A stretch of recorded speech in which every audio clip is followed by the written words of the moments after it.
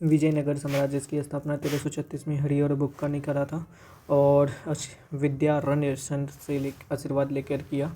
और हरिहर बुक्का ने अपने पिता संगम के नाम पे संगम राजवंश की स्थापना करी और विजयनगर साम्राज्य की राजधानी हम्पी थी, जो कि तुंगभद्रा नदी के किनारे बसा हुआ था और राजभाषा वहाँ की तेलुगु थी।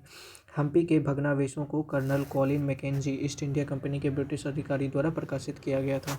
संगम वंश के प्रमुख शासक Harihara Bukka, Harihara two, Devaraya first, Devaraya second, Mallikarjuna और विरूपाक्ष सेकंड।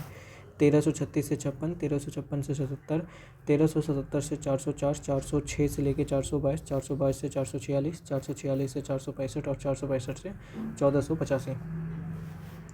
और हरिहर बुक्का पहले वारंगल के काकतीय शासक के प्रताप रुद्र देव के सामंत थे और संगम, सुलुप, तुलुप और अराविडु वंश क्रमशः यहाँ पर इन्होंने शासन किया था। बुक्का फर्स्ट ने वेदमार्ग प्रतिष्ठापक की उपाधि धारण की थी और हरिहर सेकंड ने महाराजाधिराज की उपाधि धारण किया था।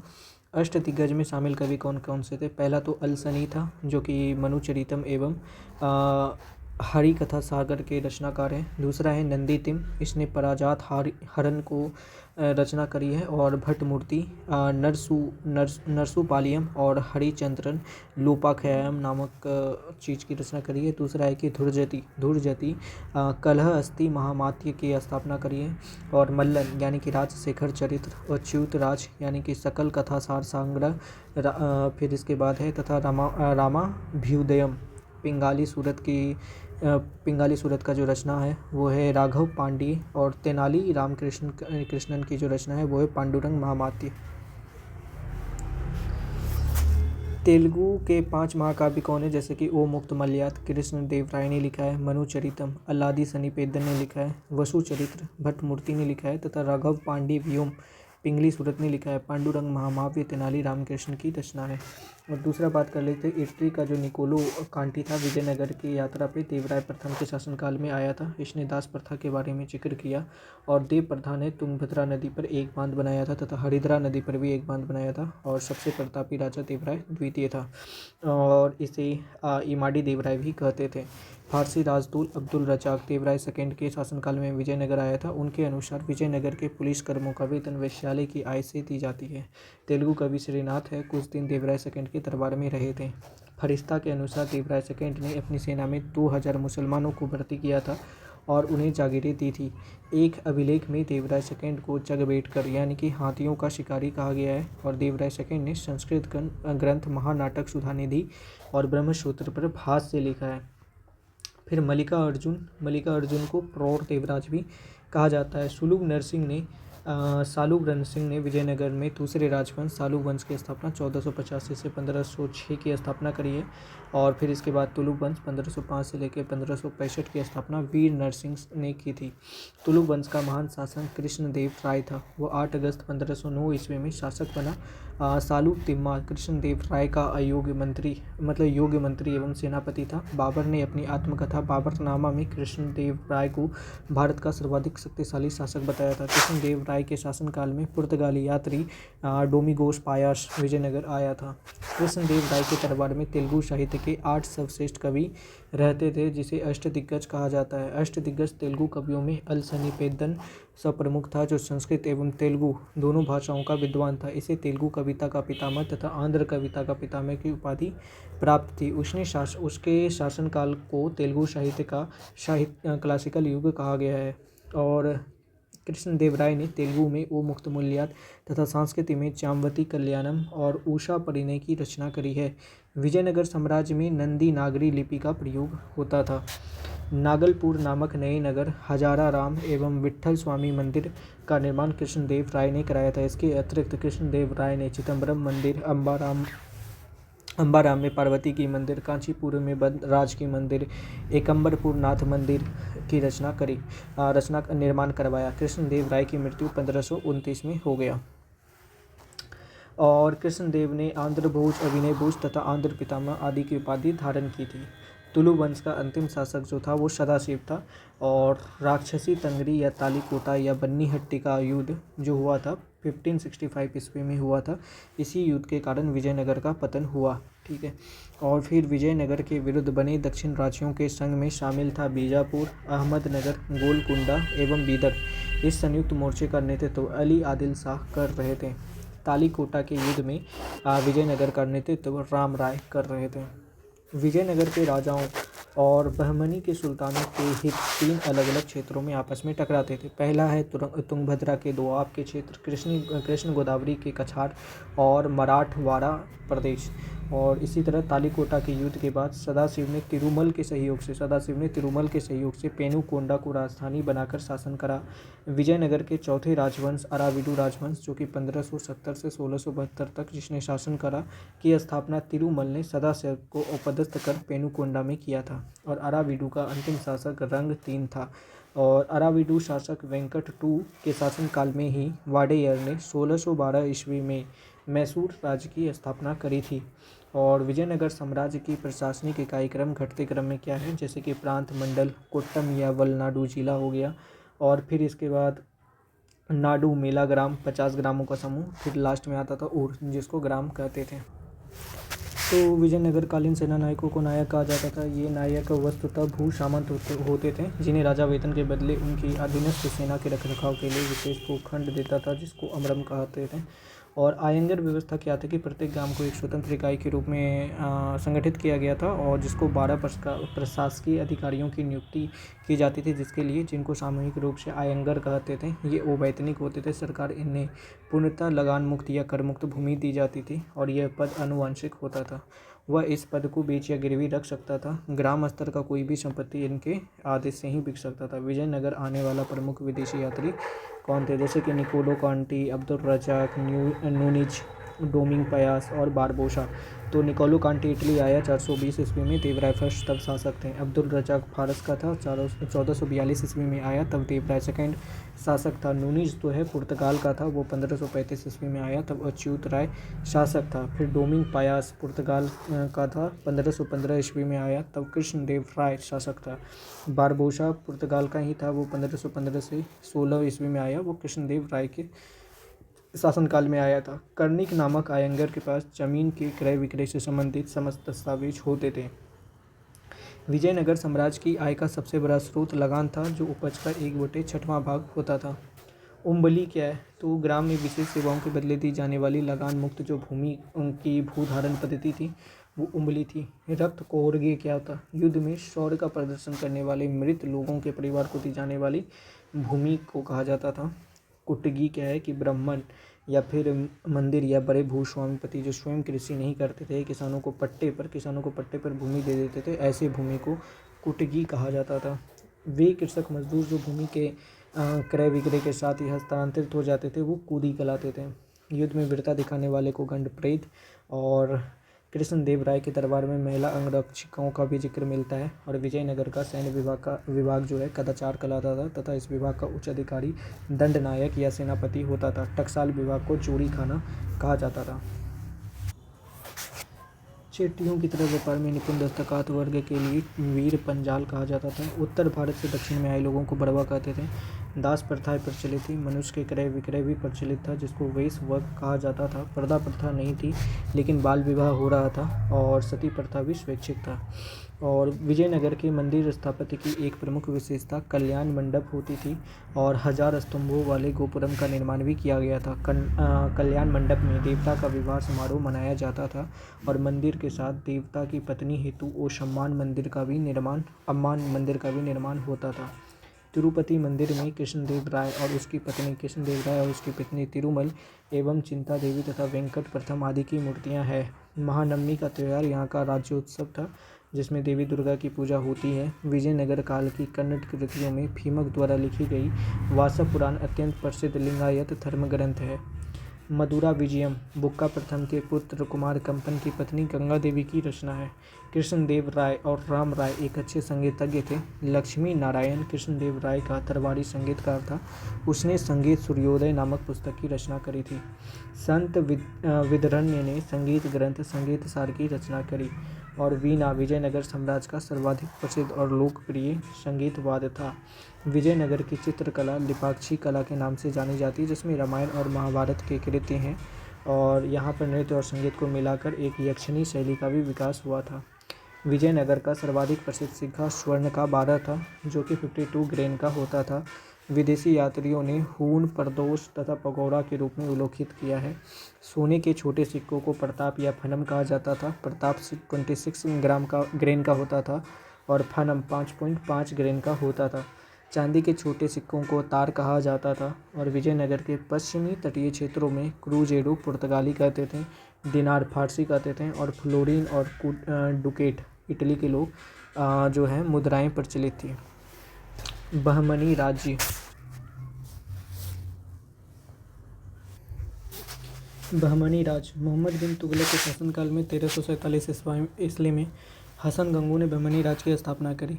वो अलाउद्दीन हसन बहमन शाह के नाम से सिंहासन पर बैठा और गुलबर्गा को अपनी राजधानी बनाया। इसकी राजभाषा मराठी थी। इसने अपने साम्राज्य को 4 प्रांतों गुलबर्गा, दौलताबाद और बरार और बीदर में बांटा। इसकी मृत्यु 1358 में हो गई थी। अलाउद्दीन हसन के पश्चात उसका पुत्र मोहम्मद शाह प्रथम सुल्तान बना और इसके काल में ही सबसे पहले बारूद का प्रयोग हुआ था बुक्का के विरुद्ध। दूसरा है कि बहमनी वंश के प्रमुख शासक कौन थे, तो मोहम्मद शाह 1358 से लेकर 1375, अलाउद्दीन मोहम्मद मुजाहिद शाह 1375 से 1378, दाऊद प्रथम 1378, मोहम्मद शाह 1378 से 1397, ताजुद्दीन फिरोज 1397 से 1422, सिहाबुद्दीन अहमद फर्स्ट 1422 से लेकर 1436, अलाउद्दीन अहमद सेकेंड 1436 से 1458 और शमसुद्दीन मोहम्मद थर्ड 1463 से 1482। भीमा नदी के तट पे फिरोजाबाद की स्थापना ताजुद्दीन फिरोज ने की थी और फिरोज खगोलकी को प्रोत्साहन देता था और उसने दौलताबाद के पास एक वेधशाला भी बनाई थी। फरिश्ता के अनुसार फिरोज फारसी, अरबी, तुर्की के अतिरिक्त तेलुगु, कन्नड़ और मराठी भाषा का भी ज्ञाता था। प्रांतपति तरफदर के विशेष विरुद्ध यानी कि प्रांत तरफ विशेष विरुद्ध दौलताबाद के जो विशेष कौन थे तरफदार, तो मसनद याली, बरार के मजलिस याली, बीदर आजम हुमायूं और गुलबर्रा मालिक नायाब। तो फिरोज शाह बहमनी का सबसे बड़ा कार्य प्रशासन के बड़े स्तर पर हिंदुओं को सम्मिलित करना था।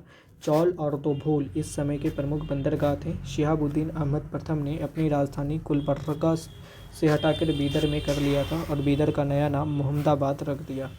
मोहम्मद थर्ड के शासनकाल में ख्वाजा जहां की उपाधि से महमूद गवाह ईरानी को प्रधानमंत्री नियुक्त किया गया था और महमूद थर्ड के आदेश पे 1482 में 70 वर्ष की अवस्था में महमूद गवाह को फांसी दे दी गई थी।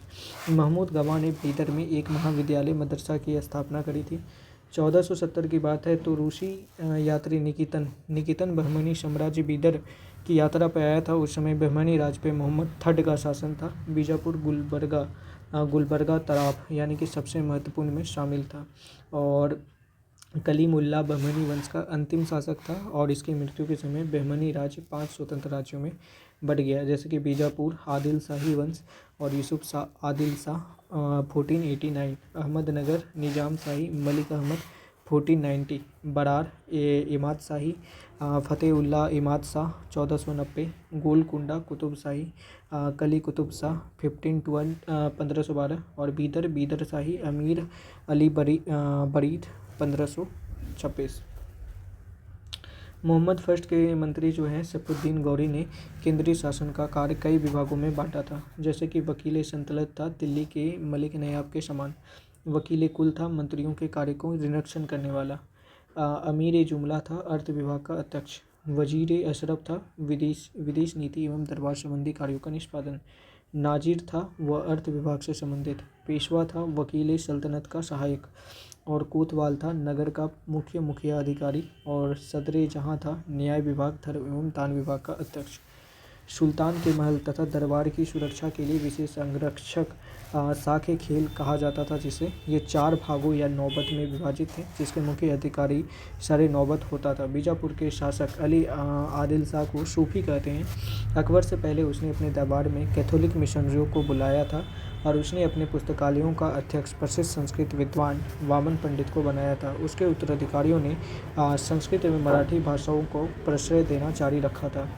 इब्राहिम आदिल शाह द्वितीय को अबला बाबा या गरीबों का दोस्त कहा जाता है। इसने किताबे नौरस नामक एक पुस्तक की रचना करी, जिसमें गीतों की विभिन्न रागों में बांधकर प्रस्तुत की गई थी। उसने नौरसपुर नाम से एक नई राजधानी बनाई।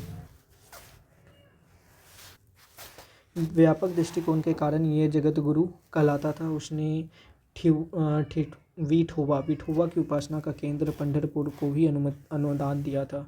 मोहम्मद कुली कुतुब शाह 1591 से 92 में हैदराबाद के बीच 4 मीनार बनवाया था, जिसकी प्रत्येक मीनार की ऊंचाई 48 मीटर थी। हैदराबाद शहर को कुली कुतुब शाह ने ही बसाया था। और इब्राहिम रौजा वो गोल गुंबज बीजापुरी इमारतों में सबसे प्रसिद्ध है। इब्राहिम रौजा इब्राहिम आदिल शाह का मकबरा है और 1680 में बनाए गए गोल गुंबद इतना बड़ा था जितना विशाल एकल गुंबद कभी नहीं बनाए गए थे। अब देखते हैं स्वतंत्र प्रांतीय राज्य। जौनपुर। तो जौनपुर की स्थापना करा था फिरोज शाह तुगलक ने अपने भाई चूना खां या फिर मोहम्मद बिन तुगलक की स्मृति में की थी। जौनपुर में स्वतंत्र सरकी राजवंश की स्थापना मलिक सरवर या ख्वाजा जहान ने किया था और ख्वाजा जहान को ही मलिक उस सर्क यानी कि पुरू का स्वामी की उपाधि 1394 ईस्वी में फिरोज शाह तुगलक के पुत्र सुल्तान महमूद ने दी थी। जौनपुर के अन्य प्रमुख शासक जो थे वो मुबारक शाह, शमसुद्दीन इब्राहिम शाह, महमूद शाह और अंतिम शासक हुसैन शाह थे। लगभग 75 वर्षों तक स्वतंत्र रहने के बाद बहलोल लोदी ने उस पर कब्जा कर लिया था। शर्की शासन के अंतर्गत विशेषकर इब्राहिम शाह के समय साहित्य तथा स्थापत्य कला के क्षेत्र में काफ़ी विकास हुआ और इसलिए उसे जौनपुर को भारत के सिराज के नाम से जाना जाने लगा। अटाला देवी की मस्जिद का निर्माण 1408 ईस्वी में शर्की सुल्तान इब्राहिम शाह के द्वारा किया गया था। अटाला देवी मस्जिद का निर्माण कन्नौज के राजा विजय चंद्र द्वारा निर्मित अटाला देवी के मंदिर को तोड़कर किया गया था। जामा मस्जिद का निर्माण 1470 ईस्वी में हुसैन शाह शर्की के द्वारा किया गया। पीर बोधन नामक सूफी संत इस काल का एक महान संगीतकार था। झजरी मस्जिद का निर्माण 1430 ईस्वी में इब्राहिम शर्की के द्वारा लाल दरवाज़ा मस्जिद का निर्माण मोहम्मद शाह के द्वारा 1450 ईस्वी में किया गया, लगभग 20 वर्ष बाद। कश्मीर। तो सुहादेव नामक एक हिंदू ने 1301 ईस्वी में कश्मीर में हिंदू राज्य की स्थापना करी और 1339 से लेकर 40 में कश्मीर में शाहमीर के द्वारा प्रथम मुस्लिम वंश की स्थापना की गई थी। कश्मीर का प्रथम मुस्लिम शासक शाहमीर था, जो कि शमसुद्दीन शाहमीर के नाम पे गद्दी पे बैठा था। इसने अपनी राजधानी इंद्रकोट में स्थापित की। अलाउद्दीन ने राजधानी इंद्रकोट से हटाकर अलाउद्दीनपुर यानी कि श्रीनगर में स्थापित किया। हिंदू मंदिरों को तोड़ने के कारण सुल्तान सिकंदर शाह को बुद्ध किशन कहा गया। इनका समय था 1389 से लेकर 1413। 1420 ईस्वी में जैन उल आबदीन सिंहासन पर बैठा। इसको कश्मीर का अकबर कहा जाता है। इसने जजिया हटा दिया तथा गौवध निषिद्ध कर दिया और सती प्रथा पर से भी प्रतिबंध हटा दिया। श्री भट्ट उसके न्याय मंत्री थे, जो कि एक चिकित्सक थे। ऊलर झील स्थित जो जैना लंका है, इसके काल की अभियांत्रिकी का अच्छा उन्नत नमूना है। जैन उल आबदीन फारसी, संस्कृत, कश्मीर और तिब्बती आदि भाषाओं का ज्ञाता था। इसने महाभारत एवं राजतरंगिणी का फारसी में अनुवाद कराया। बंगाल। तो इख्तियारुद्दीन मोहम्मद बिन बख्तियार खिलजी ने बंगाल को दिल्ली सल्तनत में मिलाया था। गयासुद्दीन तुगलक ने बंगाल को 3 भागों में विभाजित कर दिया था: लखनौती उत्तरी बंगाल, सोनारगांव पूर्वी बंगाल तथा सतगांव यानी कि दक्षिणी बंगाल। 1345 ईस्वी में हाजी इलियास ने बंगाल के विभाजन को समाप्त कर शमसुद्दीन इलियास शाह के नाम से बंगाल का शासक बना। पांडवा में अदीना मस्जिद का निर्माण 1364 ईस्वी में सुल्तान सिकंदर ने किया था। बंगाल का शासक गयासुद्दीन आजम शाह 1389 से लेकर 1409 अपनी न्यायप्रियता के लिए प्रसिद्ध था। अलाउद्दीन हुसैन शाह ने अपनी राजधानी को पांडवा से गौर स्थानांतरित कर लिया था। महाप्रभु चैतन्य अलाउद्दीन के समकालीन थे और अलाउद्दीन ने सत्यपीर नामक आंदोलन की शुरुआत की थी। फिर इसके बाद आता है मालाधर बसु ने अलाउद्दीन के शासनकाल में ही श्री कृष्ण विजय की रचना कर गुणराज खान की उपाधि धारण की और इनके बेटे सत्यराज खान की उपाधि दी गई। नसरुद्दीन नुसरत शाह ने गौर में 12 सोना और कदम रसूल जैसे मस्जिद का निर्माण कराया। तो मालवा की बात की जाए तो मालवा की स्थापना करी थी दिलवार खां ने। 1401 ईस्वी में मालवा को स्वतंत्र घोषित किया और दिलवार का जो पुत्र था अलप खां हुशंग शाह की उपाधि धारण करके 1405 ईस्वी में मालवा का शासन बना। इसने अपनी राजधानी थारा से मांडू स्थानांतरित किया। मालवा में खिलजी वंश का संस्थापना महमूद शाह ने किया था और गुजरात के शासक बहादुर शाह ने महमूद शाह सेकंड को युद्ध में परास्त कर उसकी हत्या कर दी और मालवा को गुजरात में मिला लिया था। मांडू के किले हिंडोला भवन दरबार हॉल का निर्माण हुसैन शाह ने करवाया था। इस काल में सर्वाधिक महत्वपूर्ण है दिल्ली दरवाज़ा। फिर इसके बाद बाज बहादुर और रूपमती का महल का निर्माण सुल्तान नसरुद्दीन शाह द्वारा करवाया गया था। जहाज महल का निर्माण गयासुद्दीन खिलजी ने मांडू में करवाया था और कुश्क महल को महमूद खिलजी ने फतेहाबाद नामक स्थान में कराया था। गुजरात की बात की जाए तो गुजरात के शासक राजा कर्ण को पराजित कर अलाउद्दीन ने 1297 ईस्वी में दिल्ली सल्तनत में मिला लिया था और 1391 ईस्वी में महमूद शाह तुगलक द्वारा नियुक्त गुजरात का सूबेदार जफर खां ने सुल्तान मुजफ्फर शाह की उपाधि ग्रहण करके गुजरात को स्वतंत्र सुल्तान बना गुजरात का। और गुजरात के प्रमुख शासक थे महमूद शाह बेगरा और बहादुर शाह। तो अहमद शाह ने आसावल के निकट साबरमती नदी के किनारे अहमदाबाद नामक नगर बसाया और पाटन से राजधानी हटाकर अहमदाबाद को राजधानी बना लिया। गुजरात का सबसे प्रसिद्ध शासक महमूद बेगरा था। महमूद बेगरा ने गिरनार के निकट मुस्तफ़ाबाद नामक नगर और चंपानर के निकट मोहम्मदाबाद नगर बसाया था। महमूद बेगरा सुल्तान सिकंदर लोदी का समकालीन था तथा उसका मित्र था। इसके शासनकाल में पहली बार दिल्ली के शासक सिकंदर लोदी ने गुजरात के शासक बेगरा को उपाधि भेजे और बारबोसा ने महमूद बेगरा को पुरुष कहा है।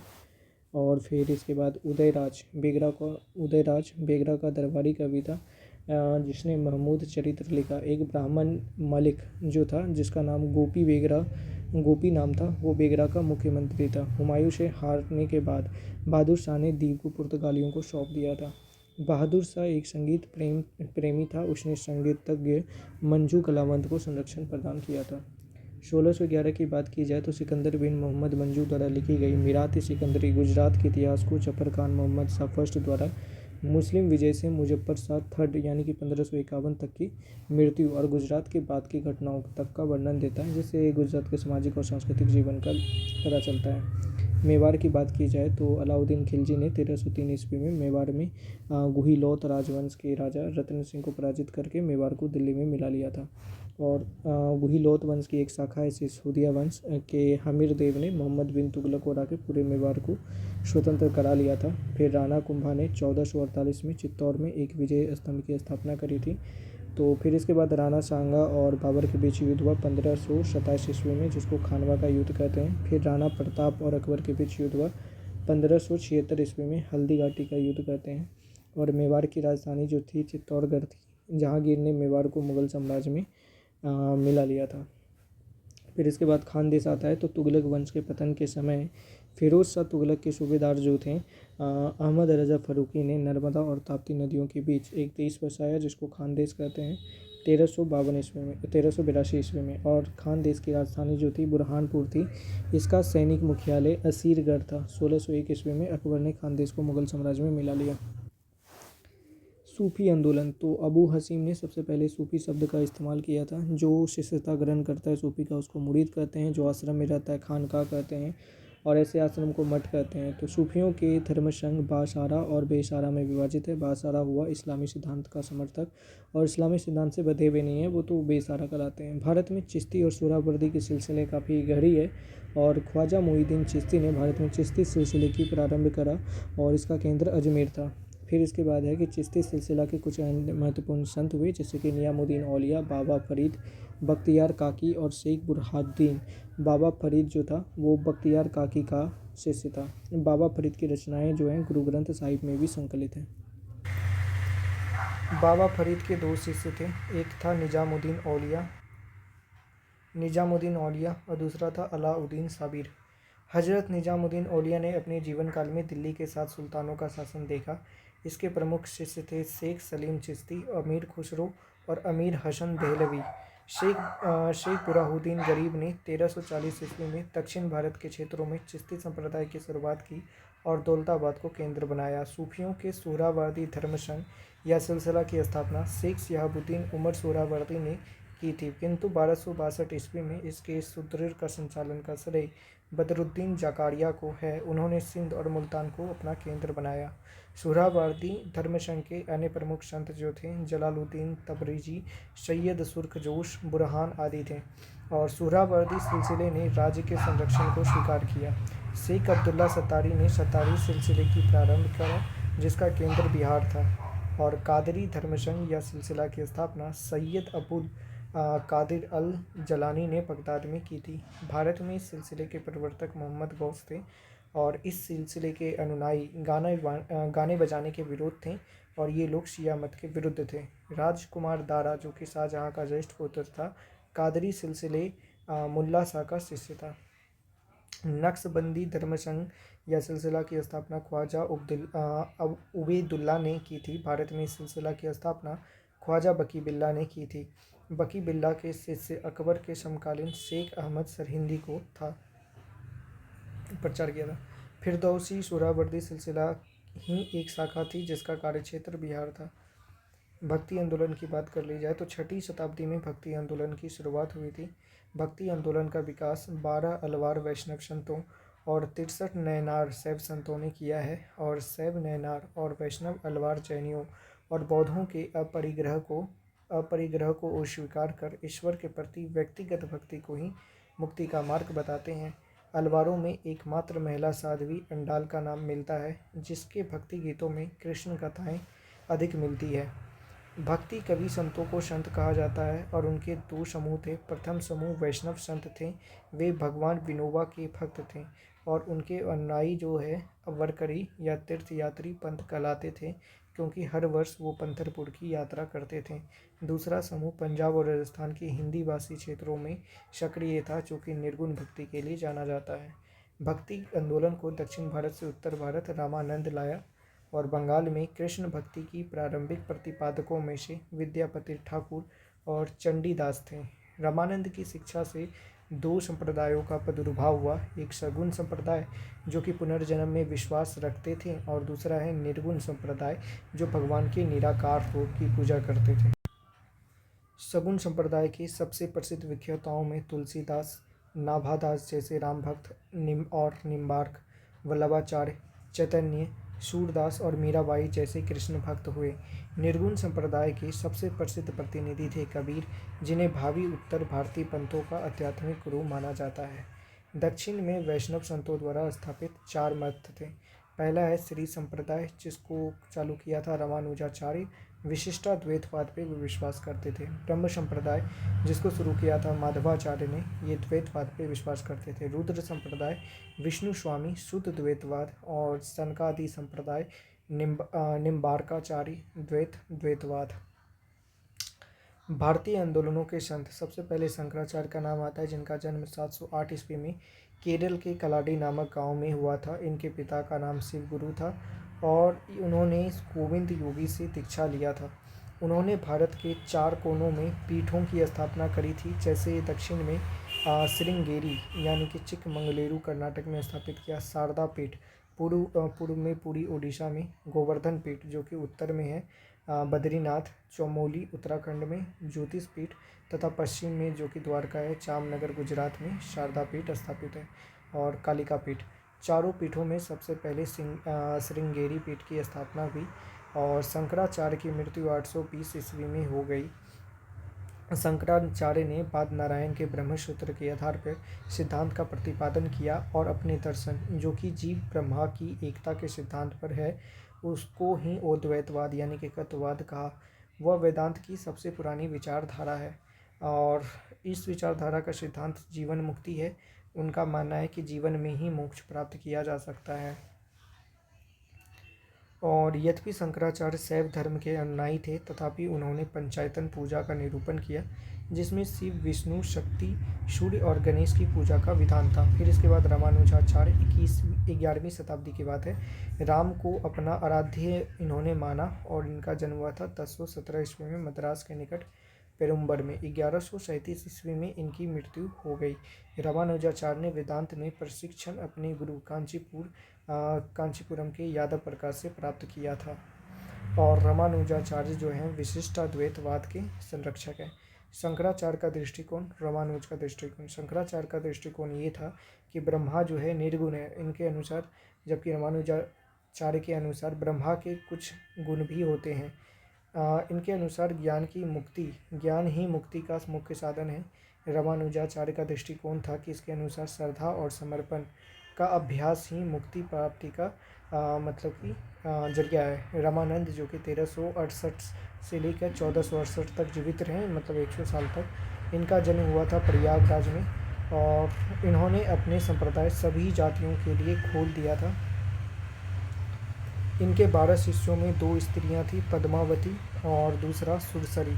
इनके प्रमुख शिष्य थे रैदास जो कि चमार थे, कबीर जुलाहा, थन्ना जाट, सेना नाई, पीपा राजपूत और सतना कसाई। तो कबीर का जन्म 1440 ईस्वी में हुआ था, जो कि बनारसी में विधवा ब्राह्मणी के गर्भ से लोक श्रुतियों के अनुसार हुआ था। शादी इनकी लुई से हुआ। इन्होंने राम, रहीम, हजरत, अल्लाह आदि को एक ही ईश्वर के अनेक रूप बताए हैं। इन्होंने ब्रह्मा की उपासना को महत्व दिया है। कबीर का उपदेश शब्द सिखों के आदि ग्रंथ में संग्रहित है और कबीर की वाणी का संग्रह बीजक यानी कि शिष्य धर्मदास द्वारा संकलित नाम से प्रसिद्ध है। बीजक में 3 भाग हैं, रैमिनी, शबद और साखी। और कबीरदास की मृत्यु फाइनली 1510 ईस्वी में मगहर में हो गया। कबीर जो है सुल्तान सिकंदर लोदी के समकालीन थे। फिर इसके बाद गुरु नानक जी आए, जिनका जन्म 1469 ईस्वी में हुआ था, रावी नदी के तट पर तलवंडी में, जो कि पाकिस्तान में है। उनकी माता का नाम तृप्ता देवी था और पिता का नाम मेहता कालू राम था। करतारपुर में उन्होंने अपना डेहरा मठ बनाया। फिर इसके बाद आते हैं चैतन्य स्वामी। चैतन्य स्वामी का जन्म 1486 में नवद्वीप में हुआ था, यानी कि बंगाल का एक मायापुर गांव है वहाँ पर। इनके पिताजी का नाम जगन्नाथ मिश्रा था। 1510 ईस्वी में केशव भारती नामक सन्यासी ने चैतन्य को सन्यास की दीक्षा दी थी। इस्कॉन जो है इसी दर्शन का अनुसरण करता है। फिर ओचिंत भेदभाव विचारधारा के नायक और ये वैष्णव है और चैतन्य। फिर श्री मद वल्लभाचार्य। श्री मद वल्लभाचार्य का जन्म 1479 में चंपारण वाराणसी में हुआ था। इनके पिता का नाम लक्ष्मण भट्ट, माता का नाम यल मगरू था और इन्होंने पुष्टि मार्ग संप्रदाय को बनाया। इस मत के अनुयायियों की प्रार्थना में नाथ द्वार राजस्थान स्थित श्री नाथ जी के मंदिर और 8 कवियों की रचनाएं यानी कि अष्टचाप मुख्य हैं। विट्ठलनाथ को अकबर ने गोकुल और जैतपुरा की जागीर प्रदान की थी। गोस्वामी तुलसीदास का जन्म 1532 में हुआ। इनकी मृत्यु 1623 में हुआ। इन्होंने रामचरितमानस की रचना करी। धन्ना का जन्म 1415 ईस्वी में जाट परिवार में हुआ था। ये रामानंद के शिष्य थे।